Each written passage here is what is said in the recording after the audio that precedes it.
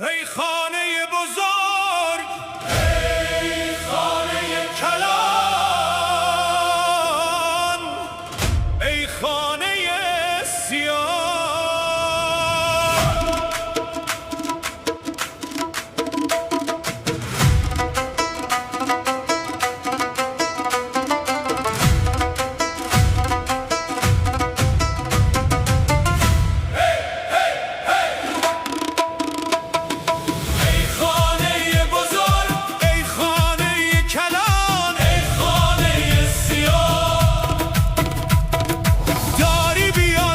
که تو از روز و روزگار، از روزهای تیره و از رنج بی شمار،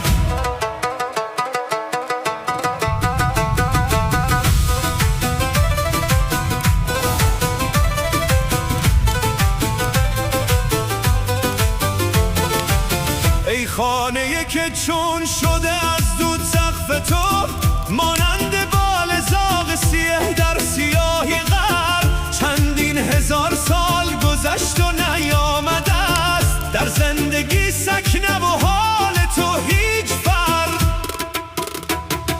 ای خانه بزرگ، ای خانه کلان، ای خانه سیاه، داری بیاد بس که تو از روز و روزگار، از روزهای تیره و از رنج بی شمار،